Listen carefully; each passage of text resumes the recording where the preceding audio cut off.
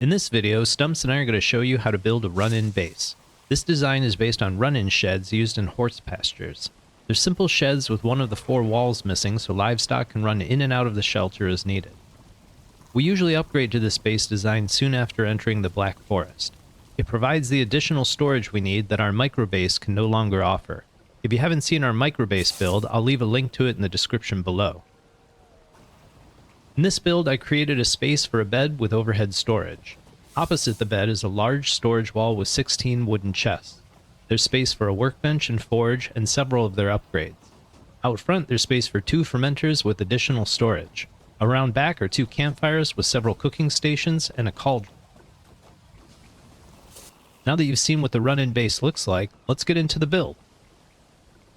Use several 2-meter wood beams to lay out an 8-meter by 12-meter floor plan that looks like this. We'll build the roof first so rain isn't an issue. Begin by placing 2 2-meter wood poles at all but the front 2 corners of the foundation. I find that using Q or E to toggle to the bottom snapping point makes this process a lot easier.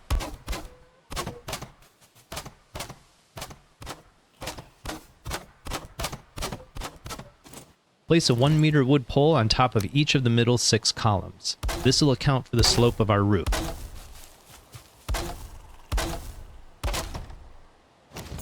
Next, we'll frame up the top of the columns with several 2-meter wood beams to mirror the floor plan.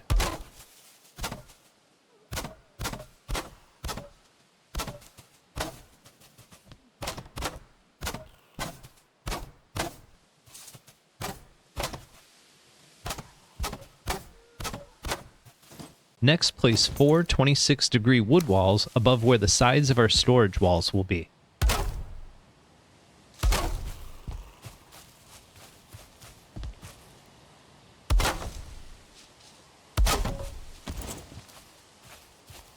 Next, place several 26-degree wood beams to frame up the roof.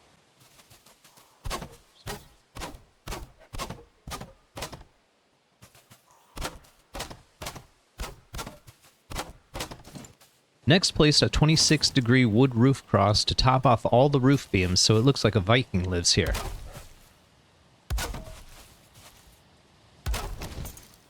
Next, we'll place a series of 26-degree thatch roof ridges, but we want to offset them slightly to create a nice overhang for our roof. Choose one of the roof crosses and place a 1-meter wood beam at the base of the cross so it sticks out like this. This will create a snap point for the next piece. Choose the 26-degree roof ridge piece and target the end of the 1-meter wood beam we just placed. Toggle through the snap points using Q and E until our roof ridge is embedded halfway into the wood cross like this. Now you can delete the 1-meter wood beam we used for the snap point. Toggle back to auto snapping and place several more 26-degree thatch roof ridge pieces until they stick 1 meter out of the front and back of the build. Next, place several 26-degree thatch roof pieces to cover the roof. I recommend using one of the top corner snapping points to attach them to the roof ridge pieces. Keep extending the roof line until the roof hangs 1 meter over both sides of the build.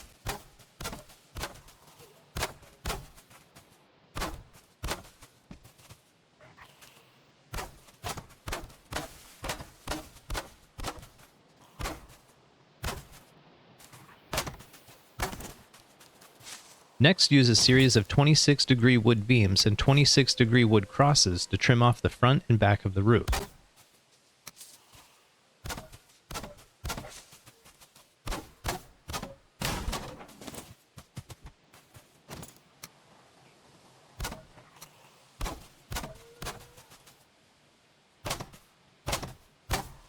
And finally, use a series of 2-meter wood beams to trim off the sides of the roof.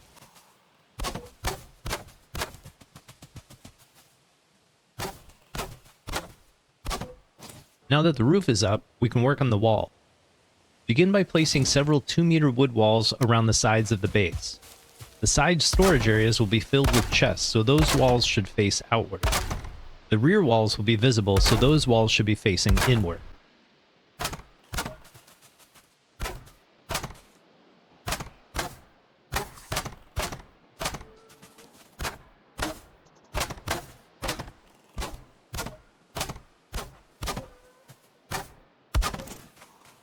Place several 2-meter wood half walls to finish off the top of both side walls. On the back wall, place two 26-degree wood walls on either side for a bit of visual interest. We'll leave the rest of the wall open so smoke can escape easily. Place a campfire centered on the back wall. This will help illuminate the rest of the build.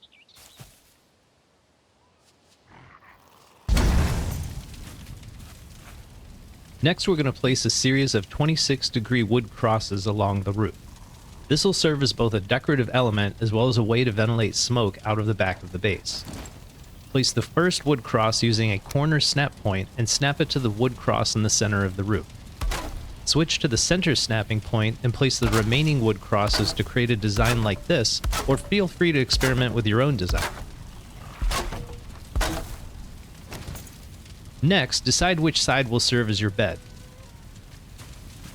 Place a 1-meter wood pole centered above where your bed will be. Next, place two 1-meter wood beams on either side of the pole.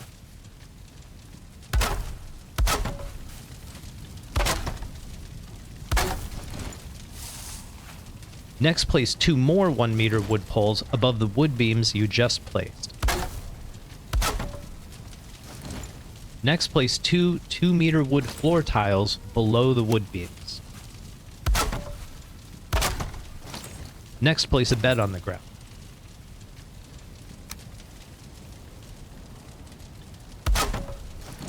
Next, place two 26-degree wood walls on the ground in front of the bed and place two 26-degree wood walls inverted above the bed.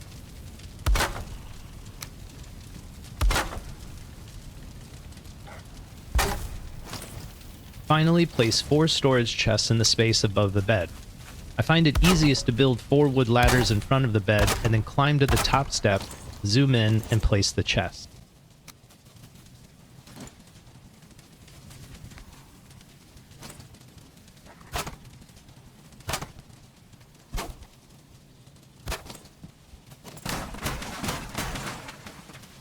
Opposite the bed, we'll build a storage wall. Begin by removing the two 2-meter wood beams on the ground and replace them with 4 1-meter wood beams. This will create several snap points we'll need later. Place a series of 4 1-meter wood poles in the center of the storage wall.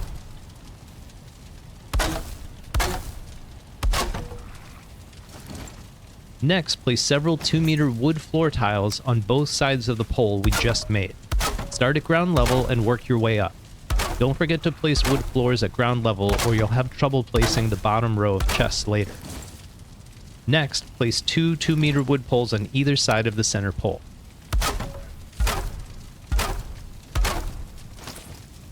Next, place 3 2-meter wood beams on either side of the center pole.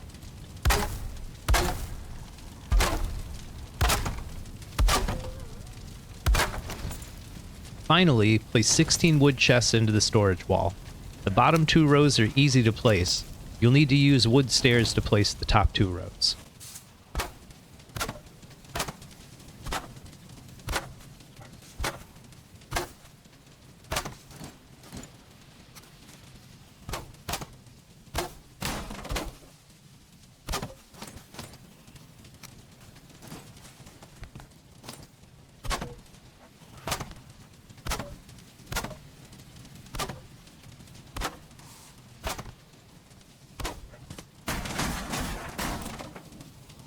Now we can place our crafting stations and their upgrades.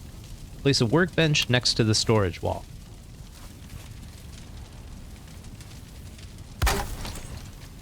Above the workbench, place 3 1-meter wood floor tiles to create a shelf.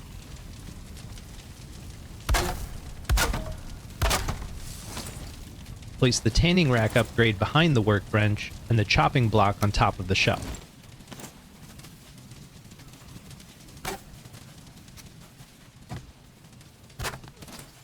On the other side, place the forge next to the bed.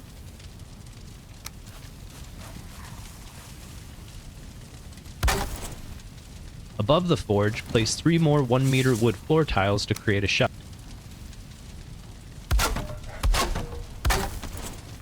Place the water cooler upgrade in the corner behind the forge, and the anvils on top of the shelf.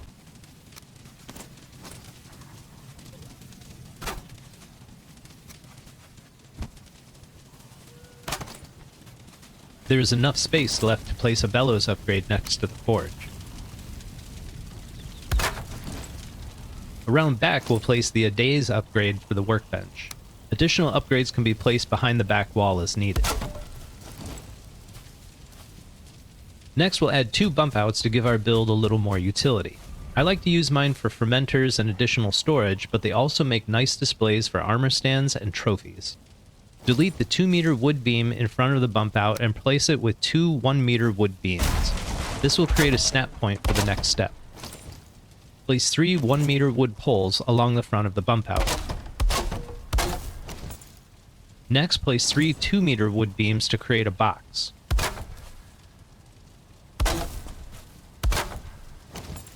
Next, place 2 2-meter wood floor tiles for the top and bottom of the box.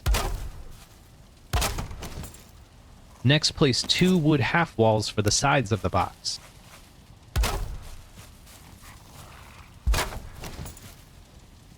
Next, place 2 wooden chests in the front of the bump out.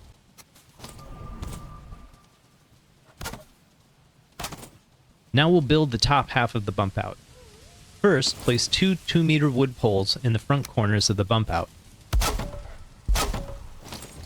Next, place 3 2-meter wood beams at the top of the poles to frame up the bump out. Next, place 2 26-degree wood half walls and a 26-degree thatch roof tile for the roof of the bump out.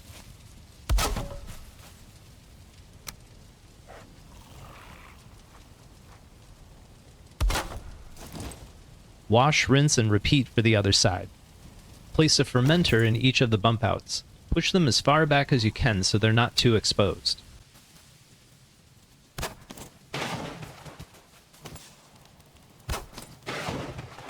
Now you can place the mead kettle over the campfire to start mead production.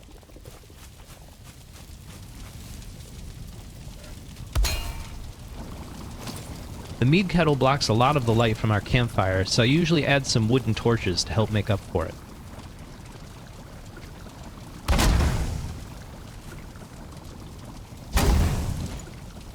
Next, we'll place 2 campfires behind the build for cooking. You can leave the wood beams in place if you like them, but I tend to remove mine. I like to place a series of 5 cooking stations over one fire and a cauldron over the other.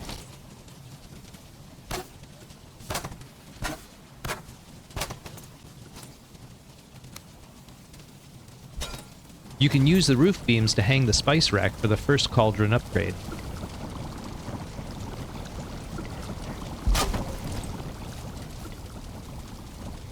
To increase our comfort level, we'll add a deerskin rug and a fine wood table and chair inside the build.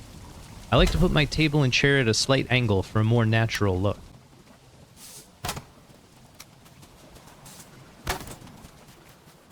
We can hang some banners around the back for an additional comfort point. And finally, place some more wooden torches around the front of your base to make it feel warm and welcome.